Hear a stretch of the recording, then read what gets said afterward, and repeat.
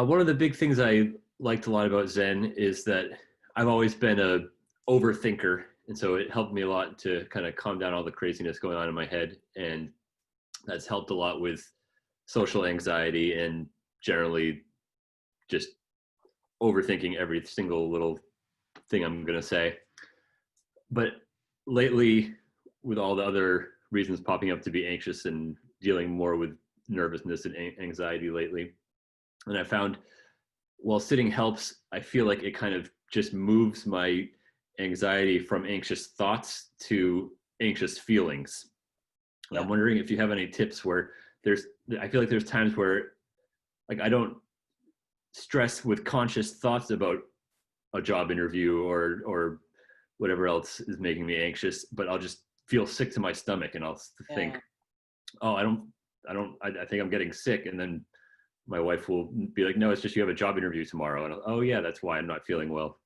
So I'm Yeah. wondering if you have any tips of how to practice meditation in a way that kind of addresses those root feelings rather than just the thoughts. Yeah.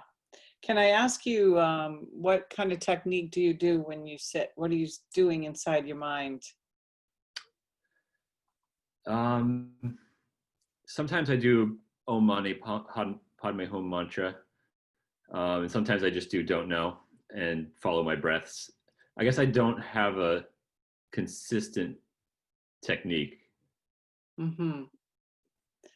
but So one of the things that I would advise for you is to like the breath is powerful in that um, the lower down that you can bring your breath, or the deeper that you can breathe into your belly, the more that it carries the energy down from the head and the heart. This is emotion center, mental center, true center. Okay.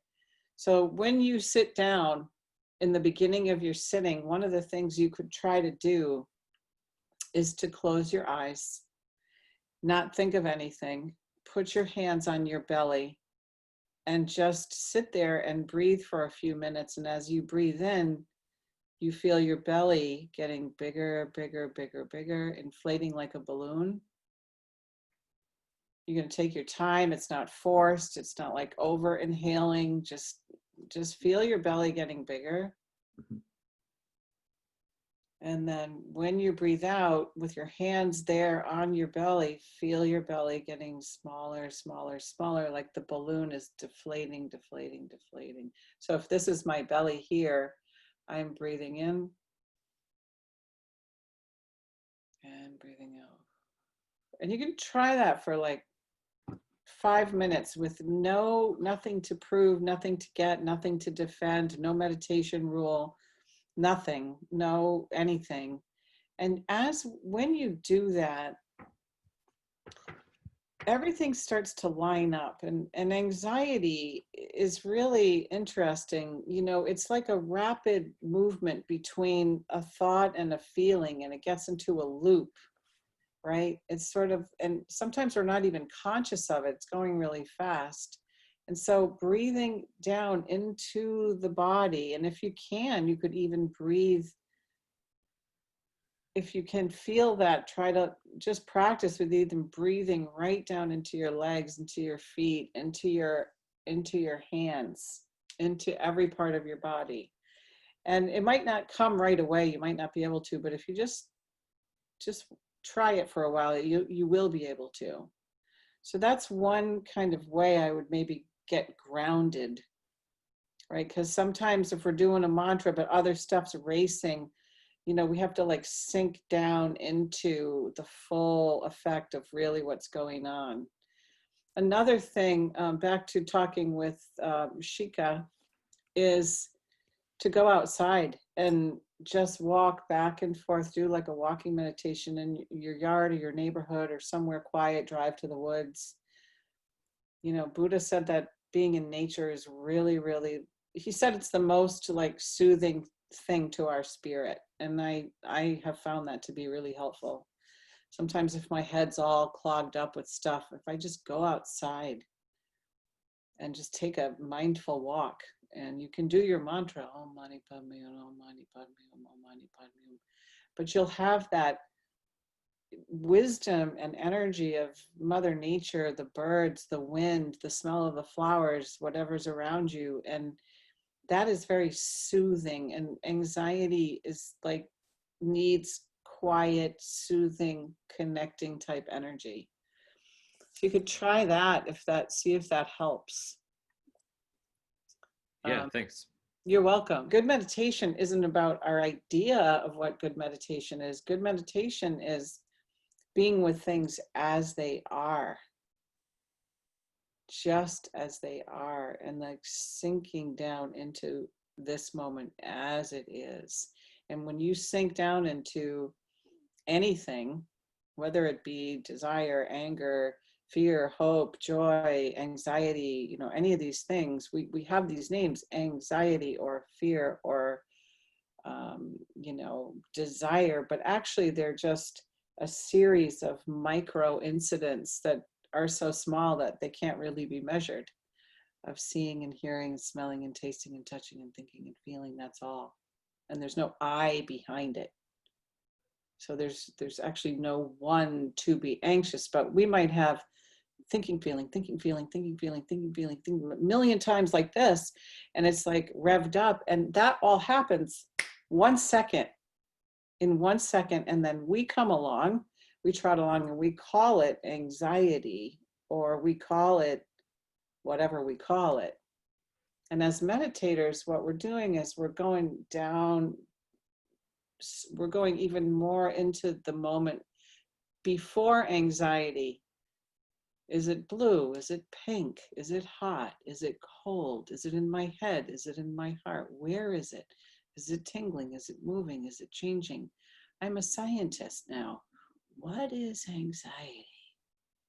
Only then you'll see it's this pattern of seeing, hearing, smelling, tasting, touching, thinking, feeling. Very interesting. Hopefully that's helpful. If not, come back next time and we'll try something else. Before thought makes a lot of sense to me, but before anxiety, I feel like I'm struggling to grasp how that works. Anxiety is a concept. There's originally no such thing. We made that word. It describes a chain of events. It's not just, there's no such thing as a moment of, or fear or desire or anger. There's no such thing. What happens is only a few things: seeing, hearing, smelling,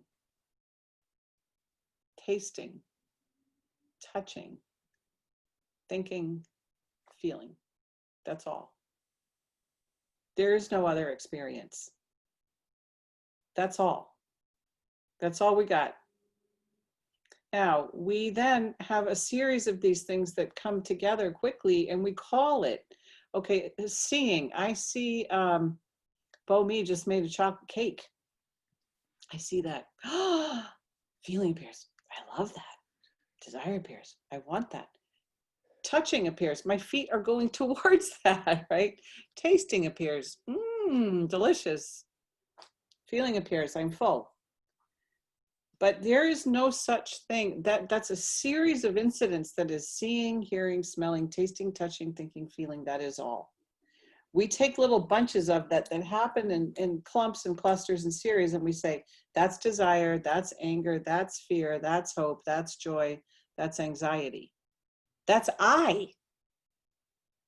This is the fundamental thing that we're getting at here is, what am I? Right?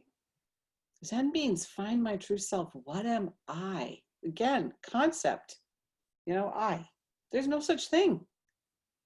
Hearing hears. Hearing hears. Jane doesn't hear. Greg doesn't hear. Hearing hears. We don't even have to try. Seeing sees. Smelling smells. There's nobody in it. And so practicing, we got to get really down into it and into the moment, or we can't really sort of experience that. But when we do, Seeing sees, hearing hears, smelling smells, touching touches, tasting tastes. You put chocolate on your tongue, you're not tasting that. If you and I both put Bomi's chocolate cake on our tongue right now, right? We both get chocolate. Same. It's not Greg's or Jane's. Abby can put it on her tongue, and Juliana can put it on her tongue, and Eric can put it on his tongue. We're all going to get the same thing. If I do this, we all have that. That's before I. So when we're in that moment, the exact moment, moment to moment to moment, that's why we say when you're doing something, just do it. There's no I then. And this is where there's also no anxiety, no fear, no joy, no hope, no, all the million things that we put those names on. Be like a scientist and climb in and see what you find. See what comes up. I can't, we all have to do this for ourselves. Come back and report to the group. Thanks. Okay. There's a follow-up question from Abby. She likes to know whether by feeling do you mean sensation? Yeah. Seeing, hearing, smelling, tasting, touching, thinking, feeling. So does feeling mean both like touching something and a feeling that you get inside you? Like hot and cold. All of these are physical sensations, right? And so this is where that mindfulness practice that I did for a long time before coming to the Zen school was super helpful. And I recommend everybody try it. It's very, very helpful. It doesn't mean it doesn't have to conflict with being a Zen student, but you see, you really get to climb into the minutia of the tiniest nanosecond where there is no more tiny place to go, and it's so tiny it's big. But if you can stay there, there is no room for I. In the pure moment of sound, just that one moment, there's no room for I. One moment later, you can say, oh, I heard that. I like that sound. I don't like that sound. Oh, that's, somebody clapping. But just in that moment of pure sound, there's no I. Just in the moment of pure seeing color, there's only white, only gray, only red. And even the word, isn't that we call it that, but there's a million different ways to say red. It's just that color. And this is what we're getting at in Buddhism, is getting to this before I, my, me place. That all of the other creatures and beings on the planet can go there. It's harder for us to access it because we're thinking, and then attached to my thinking, holding my thinking. This is my thinking, and then we die.